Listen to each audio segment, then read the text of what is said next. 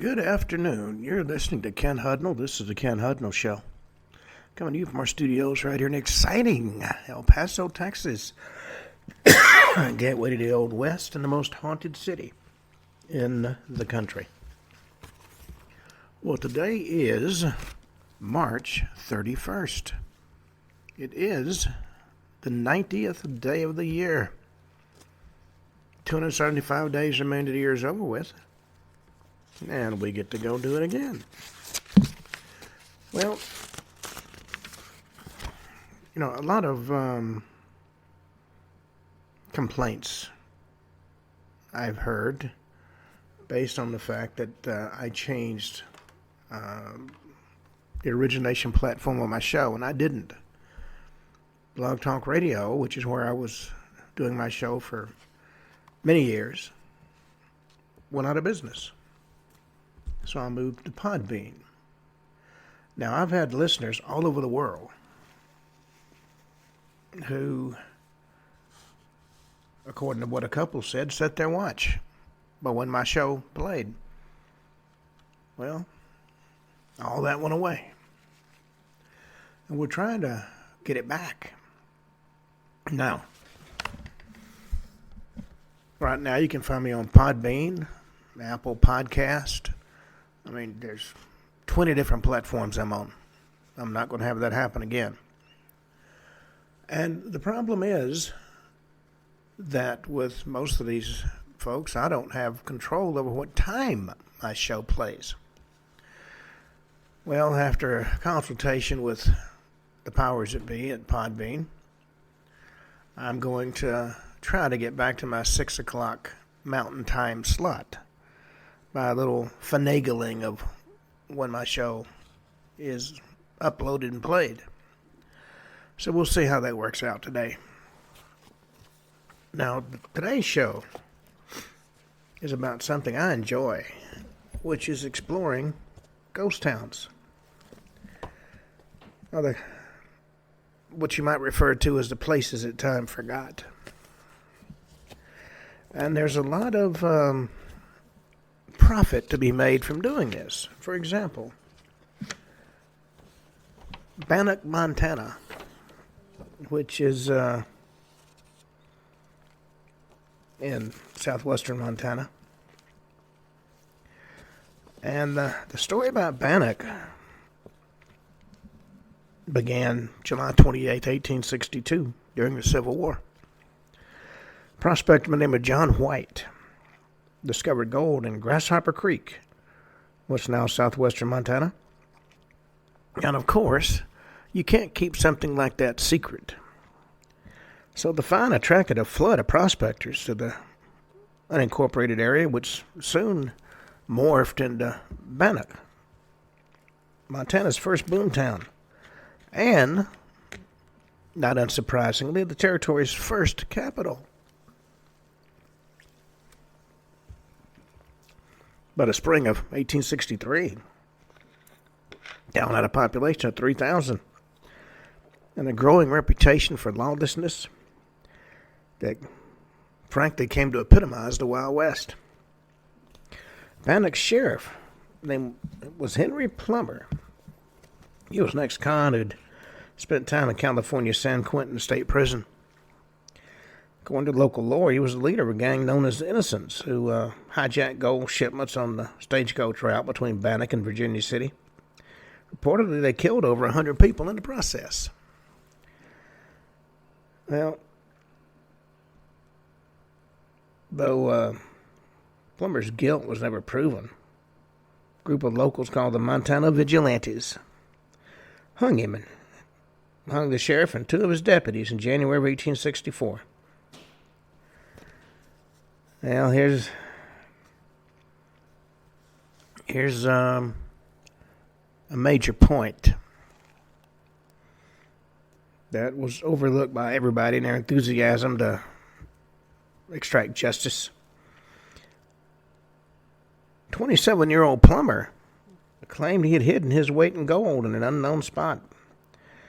And if the vigilantes would give him a 2-hour head start on horseback, he'd bring it back. Now, of course, 2 hours would have given him plenty of time to escape, so the vigilantes hung him anyway. Historians since that time have questioned the account suggesting Plummer was innocent, and stories are in the words of one writer, fabulous tales created in an attempt to exonerate the vigilantes as well as increase newspaper sales. And certainly, news of the supposed treasure got everybody's attention. It sparked a furious, if ultimately futile, search. And thanks to Bannock's explosive expansion, Abraham Lincoln officially established the Montana Territory in 1864. But by this point in time, gold was becoming harder and harder to find, and prospectors moved on to richer gold fields. Mining in Bannock continued until the 1930s, but the depleted town became a state park in 1954. It's actually now a National Historic Landmark. More than 60 well-preserved buildings remain on the site, and Sheriff Plummer's legendary gold continues to attract fortune hunters, including one local by the name of William Jappy, who is convinced that the treasure's hidden in multiple locations in Virginia City and Bannock. As he said, nobody bury all their eggs in one basket. And whoever could find that gold, it's probably worth 10, 15 times what it was worth at the time Plummer hit it. Now, I'm going to continue giving little tidbits of information as you all have asked me to do in the past, such as what are the national days, holidays, observances. Today's National Crayon Day. If you want to get out your crayons, have a good time. It's also National Tater Day. A lot of folks love potatoes. It's no surprising these little vegetables have their own day to celebrate them. National Emperor's Day. World Backup Day. Eiffel Tower Day. This iron structure in the heart of Paris has become an iconic symbol of France and a must-see attraction for tourists worldwide. And then if they needed something special, International Transgender Day of Visibility. National Prom Day. National Bunsen Burner Day. National Farm Workers Day. Terry's Day. This day brings people together in honor of the life of Terry Schiavo, a woman who became the center of a nationally debated case about the end-of-life care. Hug a Medievalist Day, Seward's Day, Anesthesia Tech Day, National Clams on the Half-Shell Day, and National She's Funny That Way Day, and Cesar Chavez Day. Well, let's see what happened in the news.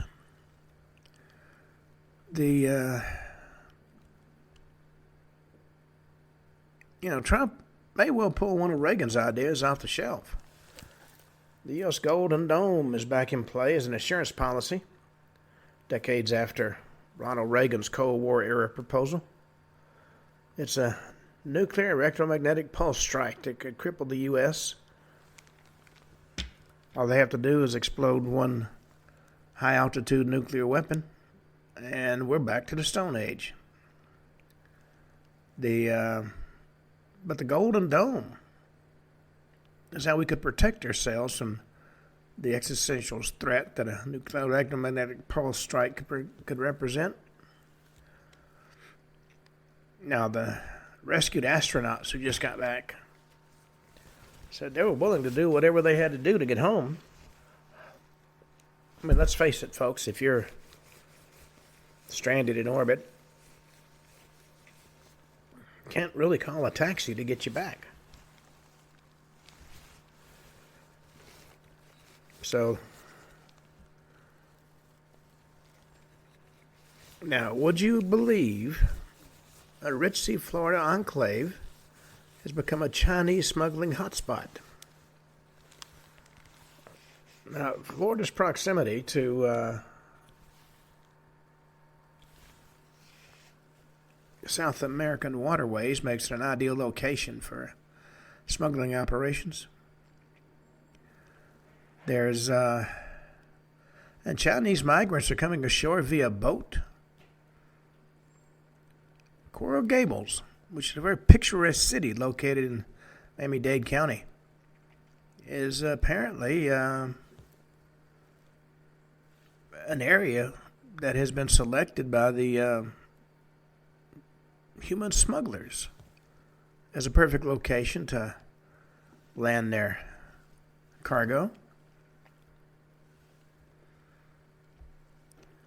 A TikTok user named Bilal Dong said you might as well shoot him on sight and have your day in court.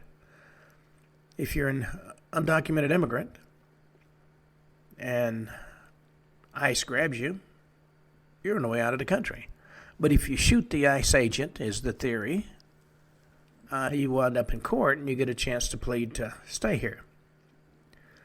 So he's on TikTok calling on people to shoot at ICE agents on sight. If they're trying to take your loved one, just shoot them, he said in the video. He claimed agents have been showing up in masks, unmarked vehicles without their badges, claiming that the agents could be anybody.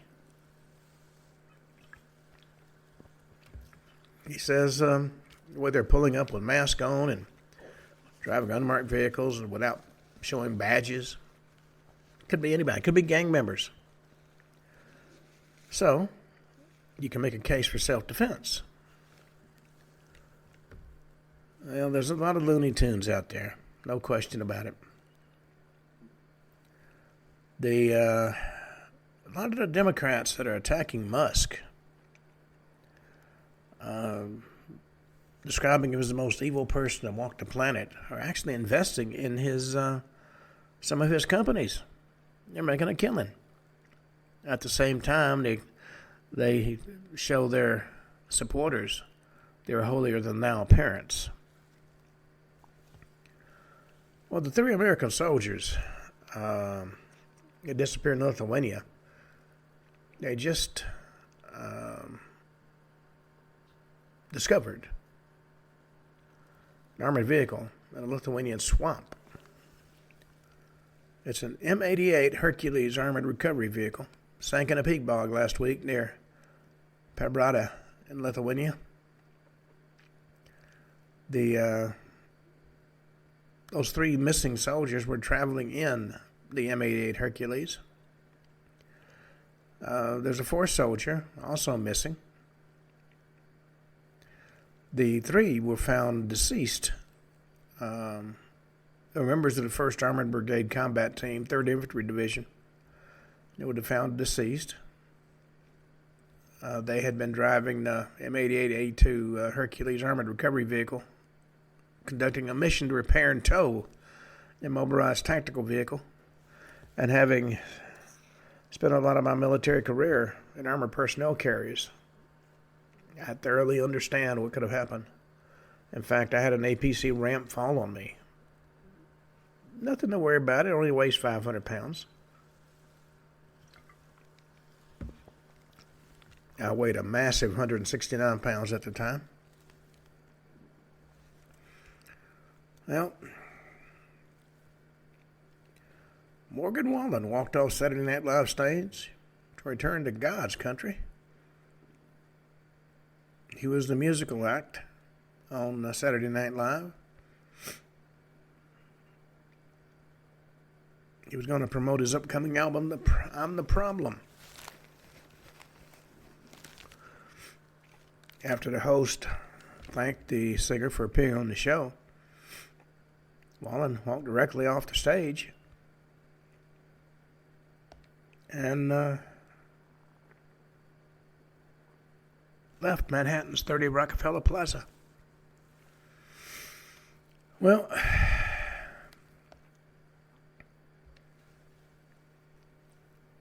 there's a lot of Crazy people out there. Musk-hating radicals have descended on Tesla dealerships with one mission: to destroy as many vehicles as they can. There's one four-wheeler that rams the Tesla vehicles again and again in a wild attack using his four-wheel. You have to wonder about the sanity of people like that. Mexican nationals convicted in a deadly semi-truck crash in Colorado been detained by immigration authorities. Ignacio Cruz Mendoza, 47, a Mexican national, detained by ICE on Sunday. He was convicted in a deadly Colorado crash last year involving a semi-truck he was driving. He was detained by ICE agents in the lobby of the Jefferson County Detention Center immediately after his release from jail. That crash he was in left one man dead. Pled guilty to 1 count of careless driving, resulting in death, and 3 counts of careless driving, resulting in injury. And he was given a 1-year sentence in jail. According to authorities, he was in the U.S. illegally at the time of the crash. Also had removal orders from the country and been sent to Mexico several times and came right back. Well, Andrew Jackson planted a tree at the White House. It's going to be chopped down. According to folklore, 2 trees were planted by Andrew Jackson to honor his late life, Rachel. Trump said he was working with the wonderful people at the National Park Service to make tremendous enhancements to the White House, preserving and protecting history. One of the dilemmas, he said, is the tree planted by President and General Andrew Jackson. It's a southern magnolia. Came from his home, the Hermitage in Tennessee. Bad news is everything has to come to an end, and this tree is in terrible condition. It's a very dangerous safety hazard on the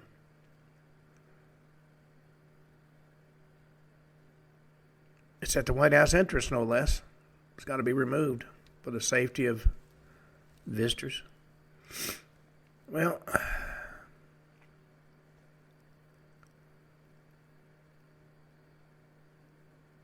Democrats are having a meltdown over a plan to abolish TSA. They say one of its biggest supporters would have been bin Laden.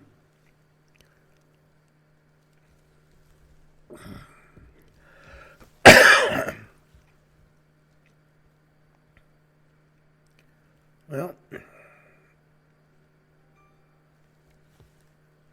let's see what else we got. Blake Lively and Justin Baldoni called out for a high school drama in a new documentary. Justin Baldoni sued Blake Lively, Ryan Reynolds, for $400 million after she accused him of sexual harassment. It's kind of ridiculous. Okay, anything else of interest? Prince Harry regretted leaving his family in England, but Meghan Markle couldn't wait to get away. She wasn't the star in England that she thinks she is here. Taliban has touted democracy ending in Afghanistan after declaring their disdain for Western laws. And the Looney Tunes and the Biden administration was sending them money.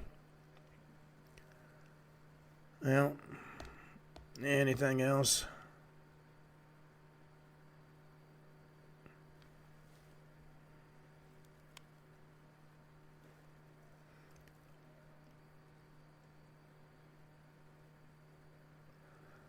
Well, Family Ties child star claims to be guilt-ridden over impersonator who attacked multiple women. Brian Bonsall, who played Andrew Keaton in the 1980 sitcom, details the pitfalls of fame. Well, it is what it is. If you manage to get it, hold on to it and don't abuse it.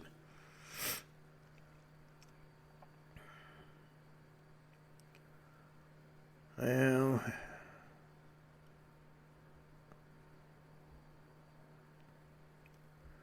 I think that's got it on our little news and history segment. All right, we were talking about ghost towns, and we talked about Bannock, Montana, where you might actually find plumber's money. Now let's go to Kayakoi, Turkey. Beginning in the 14th century, Anatolian Muslims and Greek Orthodox Christians lived peacefully in the mountain town of Levisi, now known as Kayakoi. Located in the Taurus Mountains of southern Turkey's Kaya Valley, the area actually comprised two settlements. The Christians, who made up most of the population, lived on the hillside, and the Muslims inhabited the valley. Well, over time, the population in this area grew to over 20,000, but the relative harmony ended in 1914 with the outbreak of World War I, and that led to widespread Turkish persecution of the Greeks. According to the Greek Genocide Resource Center, hundreds of Greeks were murdered during these offensives. Women were raped and their clothes and shoes taken from them. By 1918, Kayakoi was almost entirely deserted. I don't know what's wrong with my throat. Well, in 1923, after the Greco-Turkish War ended with the defeat of Greece, the Treaty of Lausanne instituted a compulsory population exchange that forced Turks out of Greece and Greeks out of Turkey. Turks who were forced to relocate from Greece to Kayakoi found the windy, arid area inhospitable and were cowed by rumors it was haunted by the ghost of the Greeks who had been slaughtered there. Eventually moved on. In 1957, a 7.1 magnitude Fifth-year earthquake destroyed most of Kayakoi structures and the area was abandoned. 1988, the Turkish ministry designated the Kayakoi remains as an archaeological site and turned it into an outdoor museum. Later, it became a filming location for The Water Diviner after Russell Crowe's 2015 directorial debut. Now, two decaying Greek Orthodox churches, a 17th century fountain, and 350 roofless homes are all that remain of a place that proved, for a while at least, that people from very different cultures and traditions could actually live in peace. You know, one thing I discovered in military operations is that you will find abandoned structures in the strangest of places. And wherever people have lived, they've lost things. We used to have a great deal of time wandering through the jungles in South America with metal detectors. You will be amazed at the things we found.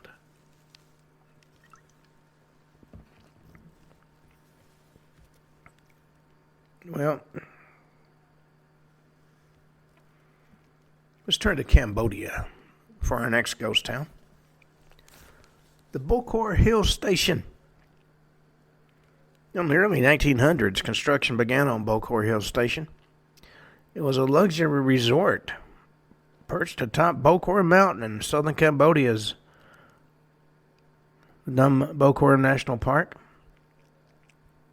Built for French colonists as a respite from the sweltering jungle. And now let me assure you, the jungle can get very hot, just as at night it can get very cold.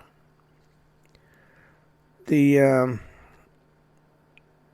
city du Bokor included a Catholic church, a post office, and a lavish Bokor Palace Hotel. This was a 38-room establishment that opened with a dance and a 6-course meal on Valentine's Day, 1925. And that meal consisted of foie gras, chantilly cream, and strawberries.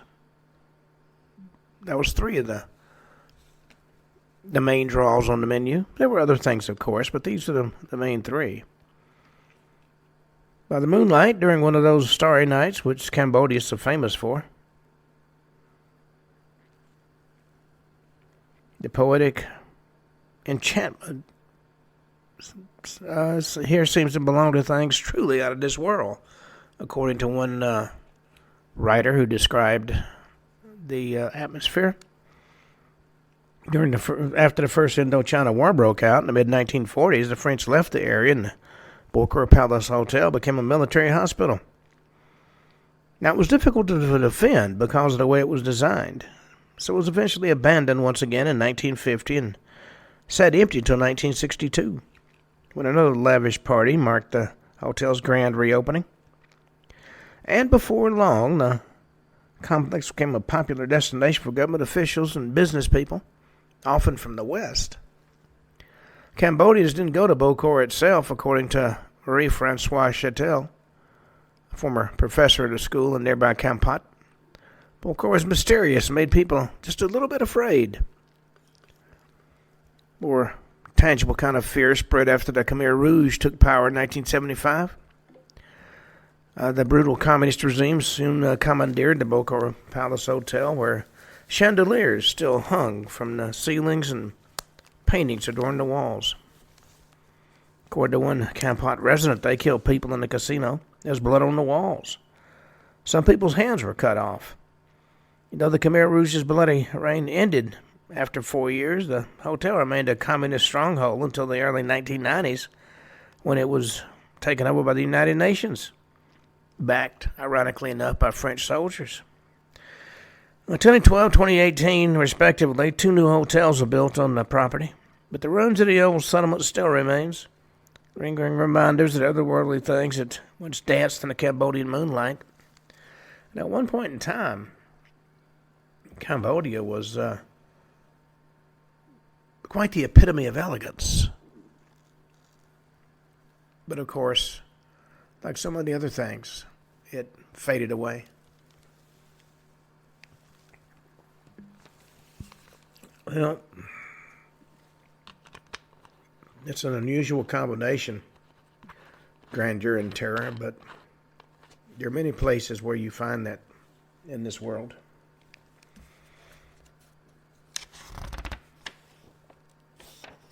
Well, let's go to Antarctica for our next ghost town. This is referred to by many as Neptune's Bellows, Deception Island. In the 1800s, Antarctic seals were prized for their thick, sleek fur, particularly by the Chinese, whose demand for the pelts sparked a killing frenzy in the polar seas. One of the most important sealing stations was a desolate place in the remote South Shetland Islands known as Deception. Excuse me. A sunken but still active volcano whose 10-mile crater served as a natural harbor. Dubbed Port Foster, the harbor was an ideal anchorage and shelter from brutal storms for the sealers. Thanks to its narrow entrance, which led to a passage known as Neptune's Bellows, the caldera was virtually invisible from the ocean. The island appears solid from the outside till that opening is found. It's discovered to be a flooded caldera, according to photographer Acacia Johnson. It's an amazing passage to sail through, with walls of rock rising up on both sides. And there's a submerged rock right in the middle of the channel that's caused many a shipwreck. By the early 1900s, overhunting has devastated the local seal population, and the sealers abandoned Deception Island. But a new hunt began in 1906 when a Norwegian sailor established a Hector whaling station at the aptly named Whalers Bay. That's a cove just inside Neptune's Bellows. By 1908, Deception Island had 3 whaling stations, its waters teeming with factory ships and geothermically heated beach crowded with storage tanks and blubber-extracting boilers. Operation flourished till 1931 when declining oil prices and new whaling techniques caused another human exodus, leaving the island to its native colony of chinstrap penguins. In World War II, the British established a military base on Deception, and Chile and Argentina soon followed suit, but volcanic eruptions started in 1967. That ended human civilization on the Austral outpost for good.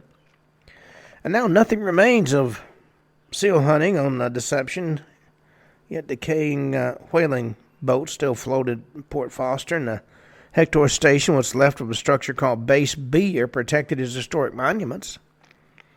Ruins reflect a rare time when we can see and understand traces of human presence and industry in the Antarctic region. That's according to Acacia Johnson. Today, the only humans on Deception are the tourists who take thermal baths on the volcanic beach. But the whales and the seals have returned, and chinstrap penguins continue to flourish on the island's eastern headlands. I don't recommend it as a vacation spot, but it would certainly be fascinating to explore. Well, let's go to Krakow, Italy. What's referred to as Golden Mountain.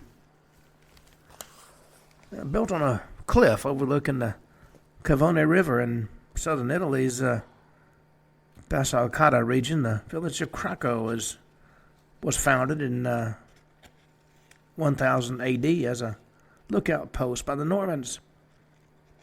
They erected the striking tower that still crowns the town as a defense against Saracen invaders. And over the centuries, a place known as the Golden Mountain became an important military, monastic, and educational center. But it weathered, often literally, its share of hardships.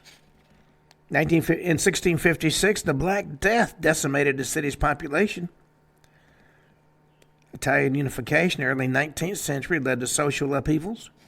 Brigands ravaged the city into the mid-1860s. And lack of economic opportunity forced a lot of residents to leave for America. In the end, though, Krakow was undone by the elements. Mid-20th century, frequent earthquakes and floods and landslides began to undermine the town's already unstable terrain, process likely hastened by the hand of progress.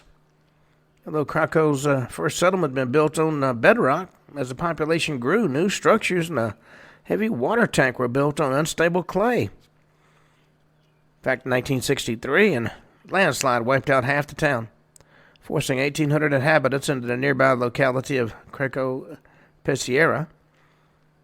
Some hardy, or maybe foolhardy, residents remained in the old village until the 1980 earthquake finally reduced it to a ghost town. Today, the ruins of its palaces and churches and the Norman Tower make Krakow a popular location for movie shoots, such as the Hanging of Judas and Mel Gibson's The Passion of Christ was filmed there, and a destination for pilgrims who come to venerate an important Catholic relic, the hand of San Vincenzo Matari, a Roman soldier and martyr who's the town's patron saint. Due to ongoing seismic activity, though, the relic has been moved to a new church in San Angelo, a small settlement on the top of the cliff. The only place still inhabited is the ghost town of Basilicata. Now, that would be a nice vacation spot. Well, from there, let's go up into the Rocky Mountains. Animas Forks, Colorado. In 1873, the Bruneau Agreement, land exchange between the Native American Ute tribe and the U.S. government, opened southwestern Colorado's San Juan Mountains to mining operations. 2 years later, the town of Animas Forks, originally called Three Forks of the Animas, was founded near the confluence of three rivers at an altitude of 11,200 feet. Like many mining boom towns, Animas Forks was driven more by speculation than product. The mill, built by the Dakota and San Juan Mining Company in 1876, for instance, produced little more than what passed for hype in the Colorado Rockies at the time. But the appearance of success led to actual success. And speculative outside investments eventually funded 3 general stores, a butcher shop, a restaurant, a saloon, a sawmill, 2 boarding houses, including one run by Esther Eckhart, the town's first female resident, and Kalamazoo House, a hotel that boasted a piano and the town's only telephone.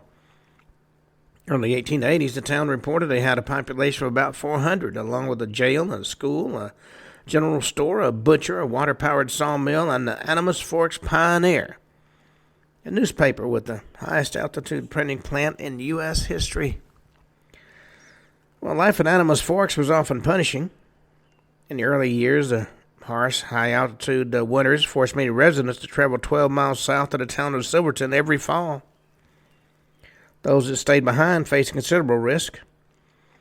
1884, a 23-day blizzard buried the town in 25 feet of snow, forcing locals to dig tunnels to get from building to building. By 1910, the mining had largely dried up, and Animas Forks became a ghost town a mere decade later. Many of the old town's buildings have been destroyed by fires and storms and time, but the 9 remaining structures still attract travelers along Colorado's scenic Alpine Loop. And if you got thick skin and a heavy coat, enjoy. Well, let's turn to Calico, California. You know, the late 1880s, Calico flourished during the largest silver strike in the state's history. But it began to decline when the precious metal was depleted. It saw a renaissance of sorts in the 1950s thanks to Walter Nada, who purchased it and restored most of the original buildings.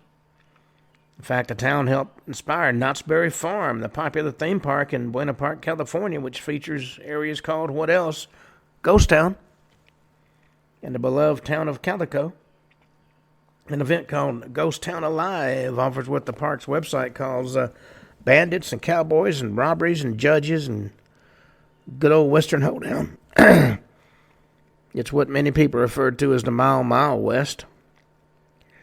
Cashing in on the past is hardly unique to the United States. In addition to the tourists who crowd such tragic sites as France's Oradour-sur-Glane and Sicily's Bago Real, many abandoned European and Asian communities are used as movie sets, and in fact, a 2012 James Bond film, Skyfall, was filmed in the ruins of Japan's Hashima Island, and the crumbling remains of Krakow served as a location for Mel Gibson's The Passions of the Christ. And all this isn't necessarily a bad thing, since the influx of cash helps keep these towns on the map, particularly in the American West. In many instances, such as Tombstone in Jerome or Oatman in Arizona, commercialization was key to survival, according to Jim Hinckley, author of Ghost Towns of the West. Without the tourists and their romanticized vision of the western frontier and the ghost town, a lot of the towns that have survived into the modern era would have been little more than ruins among the tumbleweeds and the sand. And that is very true. There's a lot of towns that I'm very familiar with that without tourists would be nothing but a wide spot in the road where something used to be. Well, there are many reasons that buildings and towns and cities might be abandoned. We're going to talk about Belchite in Spain. 1936, fascist-backed nationalists in the Spanish army revolted against the communist-led Republican government, and of course that sparked the Spanish Civil War.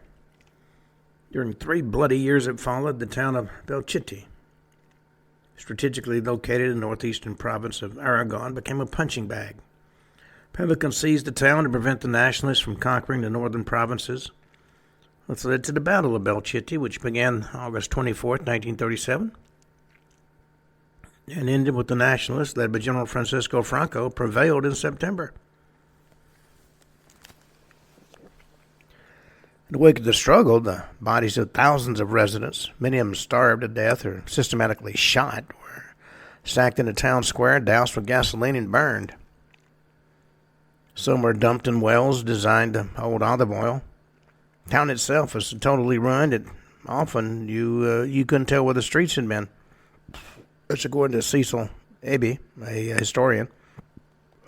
People were digging under piles of mortar and brick and beams and pulling out corpses, mule carcasses, cooking pots, framed lithographs, sewing machines, all covered with flies, made a what was referred to as a surreal collage. It was less a town than a nasty spell. In the first months of 1939, Franco took control of Spain. Rather than demolishing what remained of the town, he decided to let the ruins stand as tangible proof of his power.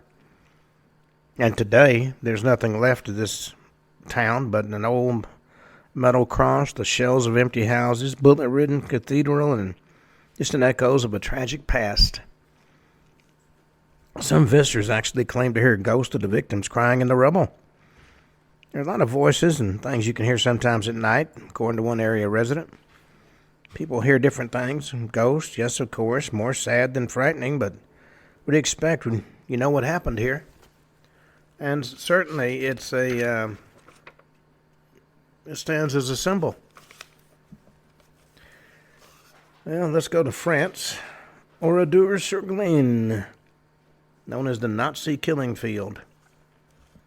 On the afternoon of June 10th, 1944, 200 members of Nazi Germany's 2nd Waffen-SS Panzer Division, Das Reich, arrived in Oradour-sur-Glane, a French farming village not far from Limoges, began systematically wiping it off the face of the earth. Using the pretext of a simple ID check, villagers were herded to the Champ du Fjord, the town's main square. One survivor later said, "We were laughing, we weren't afraid, we were thinking of the next day's soccer match." But that humor soon turned to fear when the Nazis led 197 men to 6 barns and took 240 women and 205 children into the church. After securing the doors, the SS set fire to the barns, threw explosives into the church, and dynamited the rest of the town, killing stragglers with machine guns and grenades. Firing burst out in the church, and straw and chairs were being thrown pell-mell onto bodies lying on the stone slabs, according to one survivor. That survivor said he escaped from the killing, but without injury, and made use of a smoke cloud to slip behind the altar. Well, though nobody knew exactly why the Nazis attacked Oradour, some say it was revenge against the French resistance. 2 days after the Allied forces' D-Day invasion and 2 days before the massacre, Nazi Field Marshal Gerd von Rundstedt ordered the soldiers to crush freedom fighters in southern France with the greatest severity and without leniency. Oradour was hardly an obvious target. Many of his residents never even seen a German, but that didn't matter to the ruthless soldiers of Das Reich. In the end, the worst Nazi atrocity on French soil left 642 innocent villagers dead. Most of them were so badly burned and mutilated they could never be identified. Only 7 people survived. Well, thanks to an edict from then General and future French President Charles de Gaulle, Oradour remains the only town leveled by the Nazis that hadn't been entirely obliterated. Also known as the Martyred Village, it attracts 300,000 visitors every year, including Robert Hibras, who was in his teens when he survived the massacre by hiding under a pile of dead bodies. He said, "There's a school bell still hanging up there, reminding me how I was always late." He made that statement while touring the ruins with the Guardian in 2013. In the rubble, you can also see a sewing machine, the car that belonged to the village mayor, the old butcher shop, and the church whose walls were stained with unspeakable carnage. But time and weather have taken a toll, despite ongoing preservation efforts on the part of the French government. There's a real need to keep these ruins standing for future generations, according to one survivor. They haven't lost their authenticity. They still serve to show where certain criminal ideologies can lead, what humans can do to fellow humans. The need recently reflected by the Centre de memoir, Center for Memory, a nearby underground museum that tells the story of the tragedy, and a bilingual sign at the town's entrance that says, Souviens-toi, remember, Orateur sur Glane, unchanged since the day of the massacre, evokes by the very silence of empty streets and shops, its abandoned cars and shattered church. What can only be described as the anguish of ghosts. That's according to Thomas Cook, author of Even Darkness Sings, a book about the world's most tragic sights. But for Hebrus, the town remains a land of the living. When I come here, he said, I can see faces and people, not ghosts. Certainly, if you were part of that event, you have certain memories that will never go away. Well, from France, let's go to China. To what's called the Emerald City, to Wuhan. Built in the 1950s on a cliff on Xingshan Island off China's east coast. The fishing village of Hutuowan quickly expanded along with China's fishing industry. Population peaked at 3,000 in the 1990s. Then something unexpected happened. One by one, residents began leaving. Began an exodus that left the town abandoned by 2002. And no one has an idea why that happened. Though competition with technologically superior fisheries in nearby Shanghai, China's largest city, may have rendered Utuwan's old-fashioned angling obsolete, which is not uncommon in today's small Chinese villages. And globalization likely contributed as well, making the tiny town seem tinier than ever and spurring local dissatisfaction with substandard education and erratic food delivery. After the humans had gone, nature took over, of course, covering the town's abandoned houses with a carpet of bright green vegetation that led some to associate the spot with the Wizard of Oz Emerald City. Others called it the No-Person Village. Though time had clearly forgotten Utuwan, internet didn't. 2015 photos of the ivy-choked village went viral, attracting an influx of tourists. At first, island residents tried to discourage visitors. One official said, our telephone lines are jammed and we're getting more tourists. Utuwan of Xingshan had been equipped with conditions to open up to tourists, but their money proved impossible to resist. Before long, some of the town's houses and the main road had been rebuilt and a bed and breakfast opened nearby. And it officially welcomed visitors. Even in its new life as a tourist attraction, it faces competition from Shanghai, with the world's largest Starbucks opened in 2017. A sort of amusement park featuring coffee as theater. It became a massive hit in a traditionally tea-drinking republic. Well, wonders never cease. Well, let's go to Argentina, to what's known as the modern-day Atlantis, Epicuan. Only one man, 89-year-old Pablo Novak, still lives in the village, in Villa Epicuan, which was once home to about 1,500. Many locals moved to nearby Carhui after the rising lake water destroyed the town. A broken staircase leading nowhere, the ruins of a salt-bleached slaughterhouse, and a plethora of decaying buildings and rusty cars are all the remains of Villa Epicuan. Once prosperous spa resort, roughly 335 miles from Buenos Aires. First developed in the early 1920s, the area remained best known for Lago Epicuan, a mountain lake with saline water, salter than any oceans. They were considered therapeutic by vacationers seeking aquatic cures. Many Jewish tourists were attracted by the lake's similarity to Jerusalem's Dead Sea, one of the saltiest bodies of water in the world. At its peak in the 1970s, Villa Epicuan had roughly 5,000 residents and attracted about 20,000 tourists every summer. But its fortunes began to sink, literally, as unusually high levels of rain inundated nearby hills. Over the years, the precipitation continued, and Lago Epicuan's waters rose steadily, and a freak weather pattern caused a seiche, or standing wave, to form in 1985. And as the seiche broke through the dam, waters began flooding the town at roughly half an inch an hour. According to Norma Berg, a former resident now serves as an area guide, we woke up with water up to our ankles. So we packed up what we could and left. Everybody just assumed to be temporary. Unfortunately, it wasn't. Within weeks, the water was 3 feet deep.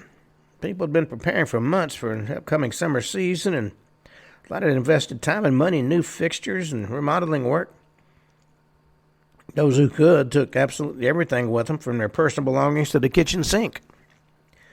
By 1993, the waters had risen to about 30 feet, submerging the abandoned resort like a latter-day Atlantis. Over time, the rain waned, and in 2009, the waters began to recede, exposing the town's salt-covered ruins.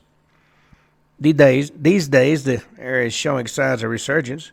The eco-friendly resort, fueled by solar panels, opened on the lake in 2015, and a museum housed in the former train station displays personal items salvaged from the lost town, record players, old clothes, and the mundane but moving reminders of life in this long-vanished village.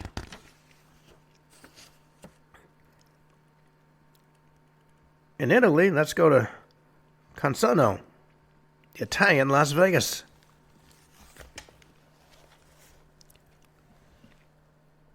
Consono is always a party, according to a sign at the entrance to the abandoned town in the hills of Brianza, north of Milan. But it hadn't always been that way. Consono began life as a small medieval village where farmers harvested celery and leeks and chestnuts. It all changed in 1962 when the Italian economic boom led Count Mario Bagno, an entrepreneur known for building airports and roads, to turn the site into a city of toys, a sort of Italian Las Vegas. After purchasing Consono for 22.5 million lira, about $32 million today, he forced its inhabitants out, began bulldozing buildings and leaving behind nothing but the church, the graveyard, and the chaplain's house. Though the city of toys proved popular when it opened to the public in the late 1960s, the party ended in 1976 when a landslide cut off access and the attractions were closed. Bagno briefly considered turning his White Elephant into an old age facility in the 1980s, but his vision remained unrealized when he died in 1995. In a 2007 rave, partiers destroyed some of the town's surviving buildings, prompting officials to label the no trespass zone. Its outdoor grounds played host to the Nascondino World Hide and Seek Championship in September 2017. A hide and seek championship. You got to wonder at some of the things that people indulge in. Well, let's talk about one more before we run out of time. Typhoid Mary's Hospital, North Brother Island in New York.